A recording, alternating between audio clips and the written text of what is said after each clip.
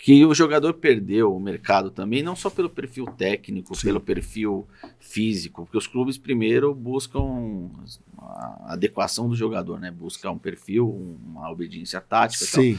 Mas existe um fator também de adaptação, existe um fator de conduta, isso se estende a treinadores. Você acha que também a gente perdeu um pouco do mercado, porque teve muito treinador que, além de não fazer um bom trabalho, teve uma conduta que não foi adequada ao país, à cultura? Ou você acha que, no caso dos treinadores, é um pouco diferente de jogadores? Porque jogadores a gente vê uma movimentação que perderam, porque infelizmente o jogador não se adapta, tem uma cultura diferente. O treinador é um pouco distinto, né? Não, é distinto. É distinto porque geralmente o cara já é um manager do time, então por conduta eu não acredito. Eu acredito por não ter bons resultados. Foi um, foi outro, não teve, tá, vamos dar uma parada com os brasileiros. Tá. Mas jogador sim, com certeza. Sim. O que perdeu de espaço do jogador foi por conduta, não se adapta, bate, pega o dinheiro dos caras e volta. Sim.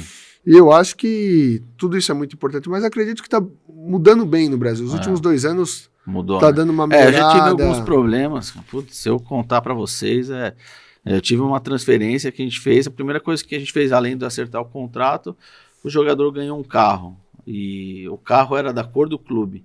E o jogador falou que não queria aquela cor porque já tinha batido o carro lá no Brasil daquela cor tal. E para você explicar para o manager um detalhezinho, depois de tudo acertado, que o jogador não queria o carro daquela cor, e a cor era do clube, sabe? Então são fatores que acabam influenciando no próprio contrato, né? E a gente fica com receio de isso volumar, e eu acho que foi o que aconteceu. Então a gente começou a perder muito mercado, porque além do jogador, tem muito jogador bom que vai para a Europa, tem sucesso, e como sempre vai ser os brasileiros os melhores. Mas a conduta e a performance fora do campo influenciou muito, né? Então, Danilo, eu vivi isso, porque teve uma época em 2009, um amigo meu fizemos uma parceria, eu fui fazer um trabalho para adaptar jogadores brasileiros na Bélgica, né? Tá. E eu vi... Qual clube lá? No Anderlecht. Anderlecht? Eu vi isso num jogador, que ele chegou, o clube tinha uma parceria com a Mercedes, ele tinha um valor, e esse valor ele podia escolher qualquer Mercedes. E ele não queria qualquer Mercedes. Não, ele queria uma Mercedes que era acima do valor dele. Segundo, que ele chegou lá, tinha parceria com a Adidas, o clube, beleza, chuteiras Adidas, e no contrato tava que ele ia receber do patrocinador 12 pares de chuteira. Só que quando ele chegou no vestiário para o primeiro treino, ele só tinha 4 pares de chuteira lá, só 4, né, dizendo que ele usasse os 4, né?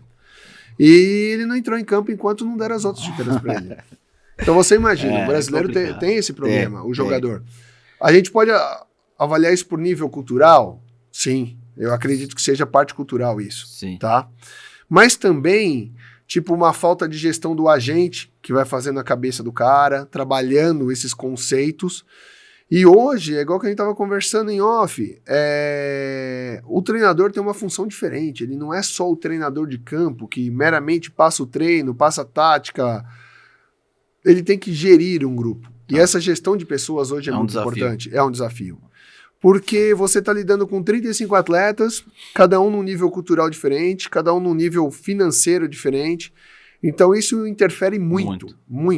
Então eu acredito que o treinador brasileiro hoje é um misto de treinador, gestor, psicólogo, tem tudo, várias funções. E isso independente, se o cara está num Flamengo com milhões ou se está num clube pequeno, porque o cara do clube pequeno que não tem dinheiro, ele tem que gerir a moradia mal do jogador, a má alimentação que o clube às vezes pode... Tem clube que dá má fatores alimentação. Externos também. Fatores externos, família, porque o cara ganha 3 vezes mais que todos os parentes, que também não é muito dinheiro perto do futebol da Série A, só que ele tem a obrigação de sustentar todos os parentes. Então isso é um meio externo, um fator extrínseco, né? Meio difícil. Mas é difícil, é um desafio para todo mundo. Para nós intermediários e agentes também a gente tem esse desafio. Por quê? Às vezes a gente quer orientar da melhor maneira possível e acham que sempre vai fazer alguma coisa vinculada a dinheiro. Então muitos jogadores acabam não escutando os intermediários, os agentes, como também acaba não escutando o treinador. Então é muito da conduta, mas é o que você falou, às vezes tem um cunho social lá atrás, de cultura, então é difícil de entender. Eu tive uma situação que um jogador, ele estava ganhando X, passou a ganhar 10 vezes o X que ele estava ganhando no Brasil. Então, Daniel, a cabeça não absorve, você entendeu? Entendi. É difícil de entender. O cara sempre foi limitado com um valor. O cara começa a passar 10, ele não começa a dimensionar. Aí ele já começa a ouvir a tua orientação diferente, achando que você tá querendo alguma coisa, levar vantagem É. financeira. Então você fala assim, não faz isso, procura aquilo. Mas aí ele prefere muitas vezes escutar o vizinho, o cara que não é do mercado, o cara que lava o carro dele. lava o carro dele e acaba não escutando uma pessoa que quer ajudar, Exato. né? Que isso também é uma função que nós intermediários temos, né? Sim. Então, e muita gente extrapola. Às vezes é o que você falou.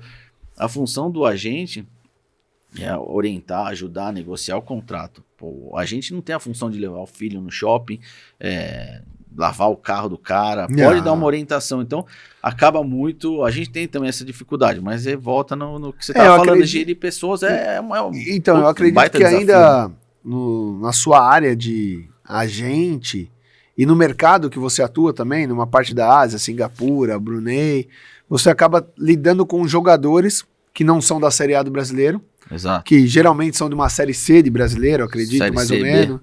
C ou alguns da B, e que esse cara nunca teve um patamar de vida tão bom. Exato. E aí vai surgir esse problema do carro. Exatamente. Não tem jeito, vai surgir o problema, que foi o caso. Era um menino que saiu da base, jogou seleção brasileira de base, eleito um dos melhores jogadores do mundial, mas nunca tinha chutado a bola no profissional. Não tava nem preparado, né? Porra, não tava. Chegou no Anderlecht, cara, e, vou te falar, a estrutura do Anderlecht é maravilhosa. Maravilhosa. Animal.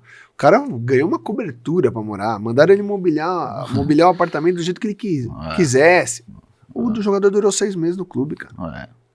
É triste isso no futebol brasileiro. E aí depois o manager já começa a pensar de outro jeito. Fala, pô, brasileiro vai me trazer problema. Olha quantos anos o Anderlecht não leva um brasileiro. Anos a fio.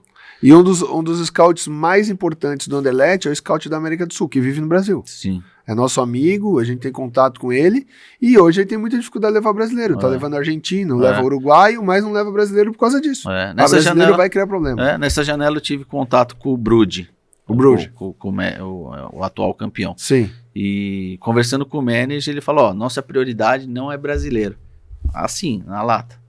Mas, se você tiver alguma opção que interessante, que dá pra gente fazer 1, 2 temporadas para possivelmente revender, você pode me apresentar. Mas você escuta essa frase, você já fica o pé atrás. Você fala, pô, como que a prioridade não é brasileiro, sabe?